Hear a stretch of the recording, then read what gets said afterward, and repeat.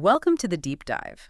This is where we sift through, well, mountains of research, really from ancient thinkers, right up to today's self-help and psychology, and pull out the practical tools you can actually use. That's right.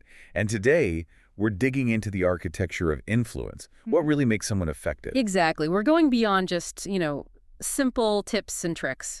We want to get to the foundation, that link between having a clear purpose, the character to back it up, and, crucially, being able to communicate it. It's all about integration, isn't it? We look at a whole range of sources, Aristotle, Seneca, Covey, Brené Brown, and more, and they all seem to point to this same idea. Real influence isn't just some skill you bolt on. No, it has to come from somewhere deeper. It's got to flow from the inside out. Your communication, the what, needs to be a genuine reflection of your internal beliefs and purpose, the why and the how. If those aren't solid, whatever you suggest, it won't stick. It won't inspire anyone long term. Okay, so let's start at the beginning then. The absolute must-have, defining that purpose. The why. Our sources are pretty much unanimous on this, aren't they? Without a goal, you're just adrift. Completely adrift. Success becomes, well, almost statistically impossible. Earl Nightingale had a fantastic way of putting this. Oh, the ship analogy. That one really paints a picture. It does. Imagine two ships, identical in every way, same size, same engine power, leaving the same harbor. Ship number one has a captain, a dedicated crew, and they've got charts, a plotted course, a specific destination. Okay, makes sense. That ship knows where it's going. Right. And even if it hits storms or needs to adjust course, the odds are overwhelmingly good. It'll reach its intended port, or at least somewhere close. It has direction. But the second ship? The second ship. Same physical vessel, engine running, fuel in the tank. But here's the difference. No captain, no crew, and absolutely no destination. No aiming point whatsoever. Oh. You just start it up and let it go. So it just drifts out of the harbor. If it even manages that. Nightingale said that ship is destined for one of two things. It'll either sink eventually, or it'll wash up, wrecked, on some deserted beach. A total derelict. Wow. That's a stark image for a life without purpose. All the potential, but no guidance. Exactly. That ship is a perfect metaphor for human failure when goals are absent. All the capacity is there, the resources, the energy, but without guidance, it's wasted. And this connects directly to Nightingale's big idea, the strangest secret. Which is? Simply that we become what we think about.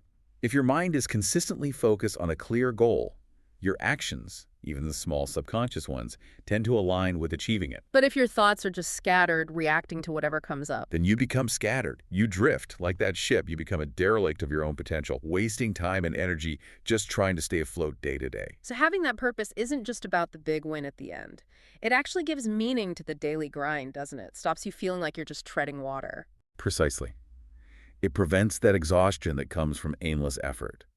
And interestingly, often the biggest things stopping us aren't external challenges. You mean it's us? It's often psychological. Yeah. Self-imposed limits, inertia. Which actually brings us to that amazing story Zig Ziglar told about Houdini. Oh, the locked door story. Yes. Tell us about that one. It's such a great illustration of this mental block idea. Okay, so this was supposedly late in Houdini's career. He's world famous as an escape artist.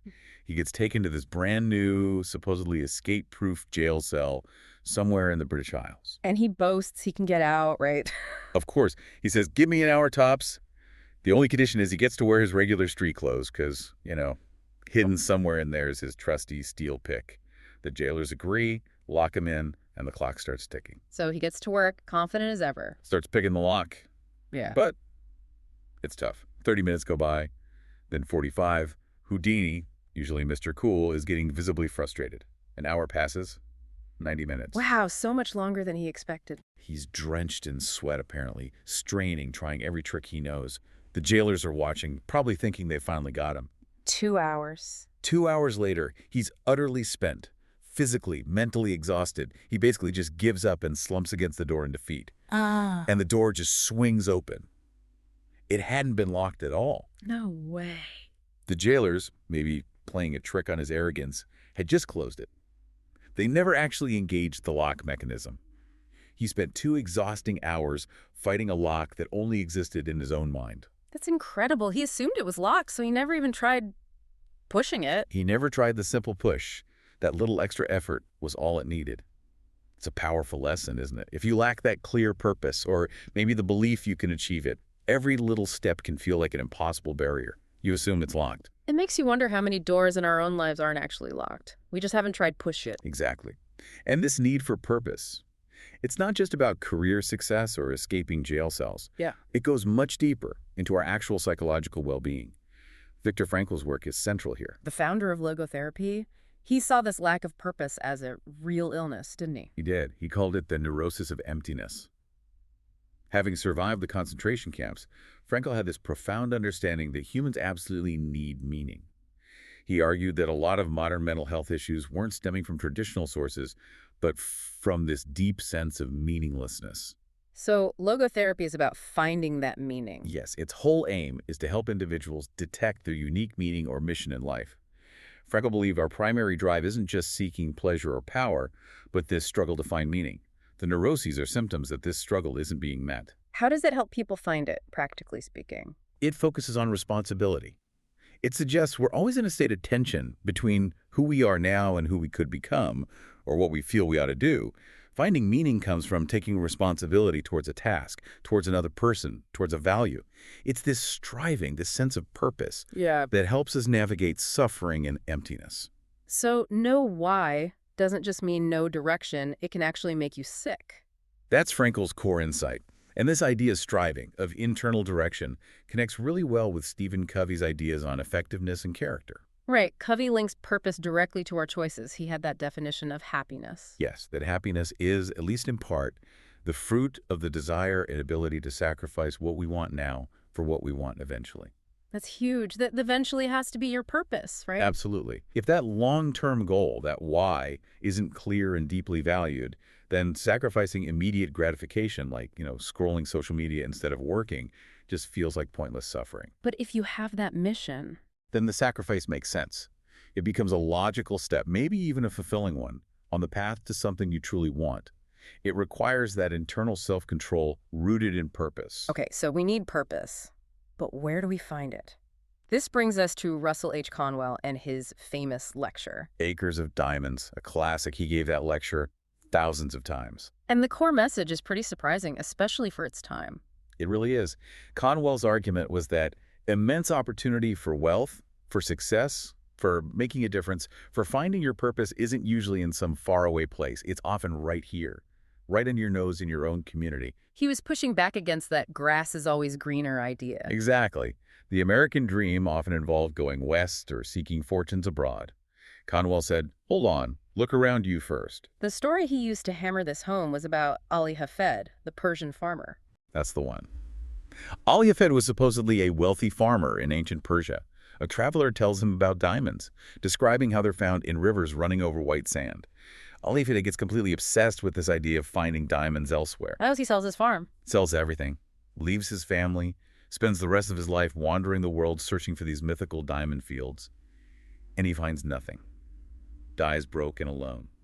But the punchline. The devastating irony is that the man who bought Ali Hafed's farm one day leads his camel to drink in the stream on the property and sees a strange glint in the water. He picks up a stone. A diamond. A huge diamond.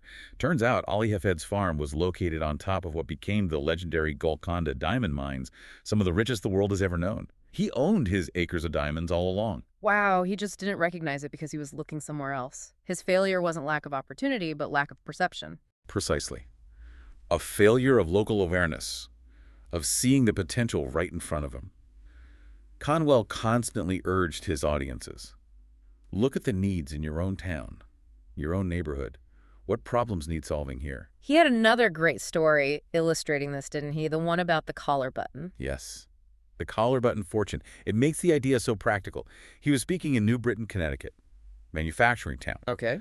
A woman in the audience went home that night. Like many people then, she found fastening those old-style collar buttons fiddly and annoying. They broke easily. Her husband, maybe teasing her a bit after hearing Conwell, says something like, why don't you invent a better one? There's a need. And she actually did it. She took it seriously. Yeah. She thought about the problem, the need for something quick, secure, easy. And she came up with a snap fastener, the kind we still use today on jackets and shirts. No kidding. She invented the snap. According to Conwell, yes. And she apparently became incredibly wealthy from this simple invention that solved a common everyday frustration. She found her diamonds by addressing a need right there in New Britain. That's amazing. Finding purpose in fortune, not in some grand scheme, but in fixing a collar button. It perfectly illustrates Conwell's point. Opportunity is local, and this leads into the part of his message that sometimes ruffled feathers. His views on wealth, especially coming from a minister. Right. He very directly told people, get rich. His defense was, first, that money earned honestly is proof you've provided a valuable service to many people. You don't get rich honestly without helping others in some way. Okay, that makes sense. Service leads to reward. And second, he controversially said, to make money honestly is to preach the gospel. He wanted to break down the idea that being pious meant you had to be poor or shun wealth. For him, creating wealth ethically and using it responsibly was a deeply moral act that benefited the community. That provides a really interesting ethical underpinning as we shift focus. We've covered the why, the need for purpose. Now we need to talk about the how, the internal stuff. Yeah. Character, belief, the engine inside the ship, so to speak. Exactly, because having a destination is one thing, but if the ship itself, your internal operating system, is flawed, if your character is weak, or your beliefs hold you back, you'll never reach it. You'll be like Houdini fighting an open door. And this is where understanding how our beliefs actually work becomes crucial. Tony Robbins talks about this quite a bit, doesn't he? Beliefs aren't just passive ideas. Not at all. He describes them as active forces, working in two key ways. First, they act like filters. Filters. How so? If you hold a limiting belief, like, I'm not smart enough for that job, your brain literally filters your perception. It will highlight every tiny mistake you make as proof and conveniently ignore or discount evidence of your competence. Okay, so it shapes what you even notice. And the second way, They act as direct commands to your nervous system. That same belief, I'm not smart enough, triggers physiological responses. Maybe fear, anxiety, muscle tension. It tells your body how to feel and react, often leading to hesitation or avoidance. so changing those beliefs isn't just positive thinking. It requires actively challenging the filter and rewriting the command. You need new evidence, new experiences. Precisely, which ties back to what Earl Nightingale said about the creative mind. About keeping the storehouse stocked. Yes. He said a creative person sees their mind as this incredible, inexhaustible resource, but you have to actively stock it. You need to constantly feed it new information, new ideas, new perspectives. That's the raw material for challenging old beliefs and building new ones. And he had that specific practice, didn't he? Daily imaginative thinking. He did. He recommended setting aside time each day, maybe an hour, to just think imaginatively. Specifically about three things: yourself, your work, and your fellow human beings. Asking what-if questions. Exploring possibilities. Yes. Actively prospecting in that richest gold mine, as he called the mind. Asking how you can improve yourself, your work, your relationships. This kind of deliberate, imaginative thinking builds the belief in your own capacity to grow and solve problems. It fuels that internal engine. But internal strength isn't just about mindset, is it? It has to withstand the messiness of real life, emotions, relationships. Which brings us to Brené Brown's work. Ah, yes. Brené Brown. Her research completely flips the script on what strength looks like. We tend to think of strong character as being tough, armored, invulnerable. Right. Buttoned up. Never let them see you sweat. But her research shows the exact opposite. Vulnerability isn't weakness.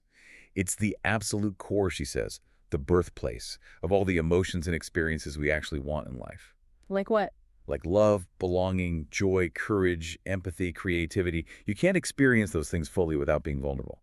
So if you numb vulnerability because you're afraid of feeling shame or fear, You numb the good stuff, too. you numb everything. You can't selectively numb emotion. To feel is to be vulnerable.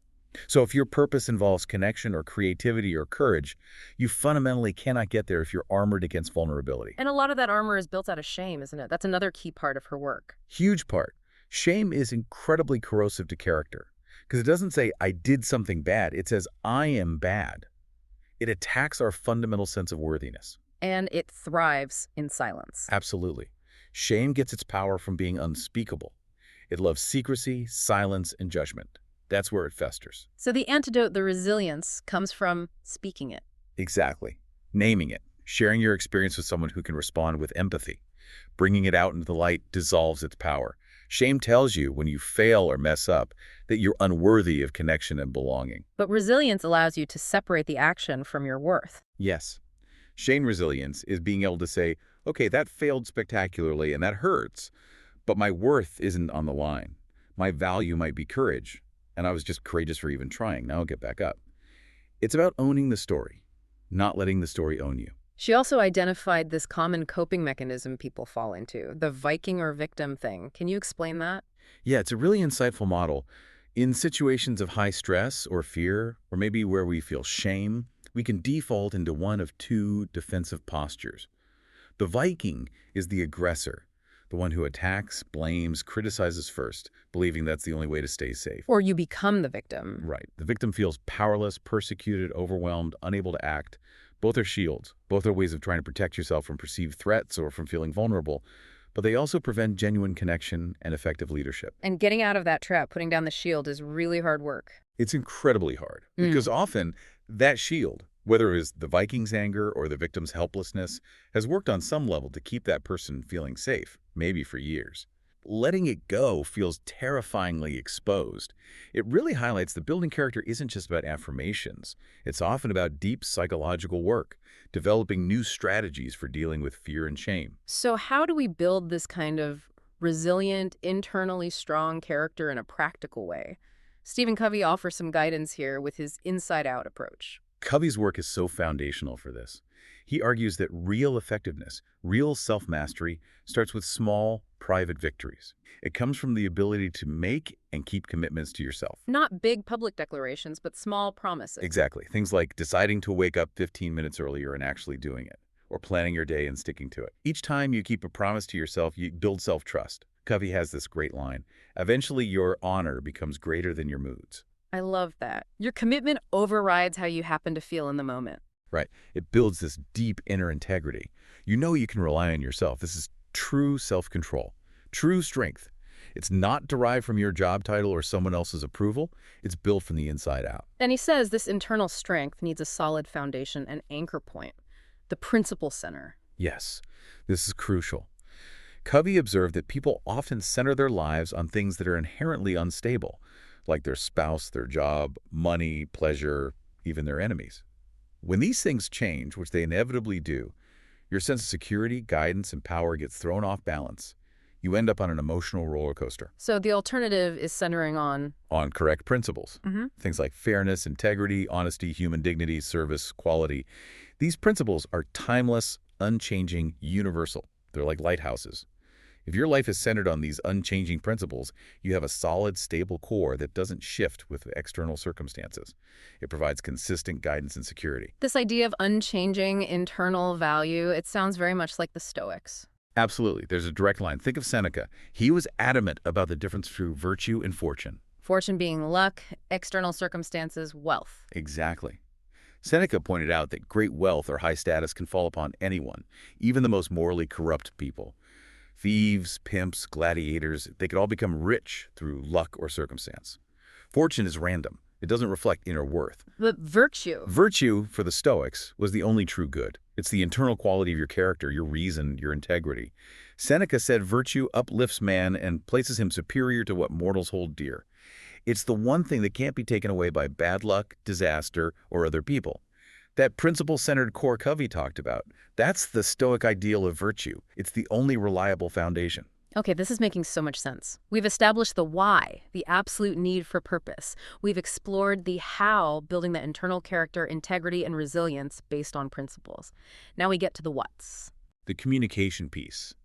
The art of influence. How does a leader, someone with that clear purpose and solid character, actually translate it into words and actions that move other people? And for this, we can learn a lot from classical rhetoric, can't we? It wasn't just about fancy speeches. Not at all. For thinkers like Aristotle, rhetoric was a serious discipline. He called it the antistrophos of dialectic. The counterpart. Unpack that for us. What does that mean and why is it important? Okay, so dialectic was about using strict logic and accepted premises to argue towards truth, usually in a small group of experts. Rhetoric, on the other hand, was the art of using argument, evidence, and appeals to emotion to achieve persuasion, especially with a larger, more general audience, the multitude, who might not follow complex logical chains. So they're different but related. They're counterparts because both rely on reason and structured argument, but they serve different contexts and aims. Crucially, Aristotle said the effective rhetorician needs to understand both sides of an argument. They must be able to reason to opposite conclusions. Not to argue dishonestly, but to understand the whole picture. Exactly. To understand the truth of the matter, anticipate counterarguments, and effectively refute unjust claims. It ensures you're not just spouting opinions, but engaging with the issue deeply. You need that dialectical grounding. And later thinkers like Quintilian and Cicero really emphasized that this ability has to come from deep within the speaker. It can't be faked. Quintilian called rhetoric the noblest and most sublime of tasks, but he insisted that true eloquence isn't just technique. It has to spring from the speaker's own private store, their deep knowledge, their wisdom, their life experience. Which ties back to character again. Absolutely. Quintilian stressed that a speaker's credibility, their ethos, comes primarily from their perceived character, their manner of life. If the audience believes you are wise and good, they are already halfway persuaded before you even get to the fancy arguments. And if you do have the rhetorical skill, the craft. Quintilian's advice was, conceal it. Don't show off your technique, he warned. The moment it is detected, it ceases to be art. Your goal is to convince the audience of the truth or justice of your case, not to impress them with how clever you are. That's a mistake many modern communicators make, focusing on style over substance and conviction. Okay, let's talk about some of those techniques the classical rhetoricians identified for actually creating that powerful, persuasive effect, that torrent of eloquence Quintilian mentioned. How do you move people emotionally? Well, Aristotle noted that when a speaker is genuinely passionate, the audience is much more receptive to heightened language.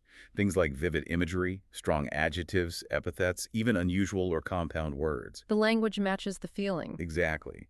If the speaker is fired up and the audience feels that same energy, they accept language that might seem over the top in a calmer moment. It feels appropriate. And Quintilian pointed out specific figures of speech that really ramp up the emotional impact. He did. He talked about things like hyperbole, deliberate exaggeration. Not to deceit, but to convey the sheer scale of something. Think of Cicero railing against corruption. What Charybdis was ever so voracious, he's using a mythical sea monster to make the audience feel the all-consuming nature of the problem. Powerful stuff. And what about showing emotion by not speaking? Yes. Aposiopesis. That's when a speaker deliberately breaks off mid-sentence, as if overcome by emotion, anger, grief, anxiety, Leaving the rest unsaid. and letting the audience fill in the blank with their own imagination. It implies the feeling is too strong, too terrible to even put into words. It's incredibly effective because it transfers the emotional weight directly to the listener. Quintilian believed that while steady, clear argument is good, sometimes you need that passionate force, that torrent, to really move people. Let's bring this down to earth with some real-world examples of leaders using communication driven by purpose and character. Booker T. Washington's Atlanta Compromise speech is a fascinating case. Absolutely. Its power came from hitting exactly the right note for its time and place, using a single powerful metaphor. Cast down your bucket where you are. That image was instantly graspable. For the Black audience, it was a call to focus on immediate opportunities, education, skills, economic self-sufficiency, using the resources they already had, right there in the South. Build from where you are. Instead of focusing only on distant political rights or migration. Right. It was pragmatic, but it was also a strategic message to the white audience. He was essentially saying, invest in us. You know us. We are loyal. We are skilled. We are 8 million strong right here. He framed it as a reliable investment. Yes. Cast down your bucket among people whose fidelity and love you have tested. He appealed to their self-interest based on known quantities, not abstract ideals. He presented the Black community as an essential, stable economic partner. And that famous line about the fingers in the hand. In all things purely social, we can be as separate as the fingers, yet one as the hand in all things essential to mutual progress. A brilliant metaphor creating a vision of functional unity alongside social separation, which, while controversial later, was rhetorically masterful for achieving compromise at that moment. Okay, now contrast that focus on local, practical compromise with Theodore Roosevelt's new nationalism. He was talking about the character needed for good government on a national scale. Roosevelt's why was clear: genuine popular rule leading to widespread moral and material well-being. His what involved defining the ethical basis for both government and business. He tackled the growing distrust of big corporations head-on. But he wasn't anti-business per se? No, not at all. He argued the ideal business person achieves success by genuinely serving others. And if the service is great, the reward should be great. His issue wasn't with size or profit. It was with conduct. Exactly. We draw the line on conduct, not on size. That's pure, principle-centered leadership. Is the business serving the public good, or is it exploiting it? Is it acting ethically? That was the measure. He demanded that economic power be supervised only to ensure it remained aligned with that core purpose of serving the people. Our final example really highlights the power of character itself as communication. Sojourner Truth. An incredible figure. She couldn't read or write. She embodied, as contemporaries noted, the two most hated elements of humanity at the time, being black and a woman. Yet her influence was immense. Where did that power come from? It wasn't formal rhetoric. It was pure ethos. Her lived experience, her unwavering dignity in the face of horrific prejudice, her unshakable moral conviction. People who heard her speak wrote about this profound inner wisdom, this ability to penetrate the very soul of the universe. Her presence, her calm, her simple, direct truth-telling, that was her rhetoric. Her life was the message. Completely. She didn't need fancy words because her character, forged through unimaginable hardship yet grounded in profound purpose, spoke volumes. She inspired people through the sheer force of her integrity. She's perhaps the ultimate example of how the character can be the most powerful, what the communication. Okay, so let's try to pull these threads together. We've seen the critical importance of the why, having that clear purpose, that destination, avoiding the fate of the aimless ship, or Ali Hafed searching in the wrong place. Then we explored the how, building the internal character, the integrity. That means understanding our beliefs, cultivating vulnerability and shame resilience, like Brené Brown teaches, and anchoring ourselves in solid principles, as Covey and Seneca advised.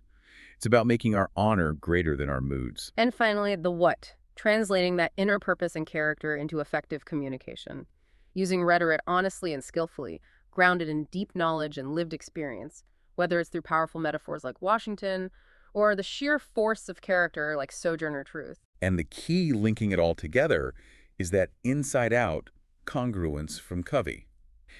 Your influence is authentic and lasting only when your external actions and words genuinely reflect your internal purpose and principles. Your daily habits build your character, which fuels your communication. It all sounds so integrated, so logical, but we live in a world that often seems to pull us in different directions, doesn't it? There's this constant tension between getting things done, needing results now, and maintaining that deep ethical core. That's true. And that brings us to a really challenging question for you, the listener, to think about. We heard from Daniel Kahneman's work that successful risk-takers often have this optimistic bias, maybe even a touch of delusion. Right, that belief that I can make this happen even against the odds, which helps them keep going and attract support.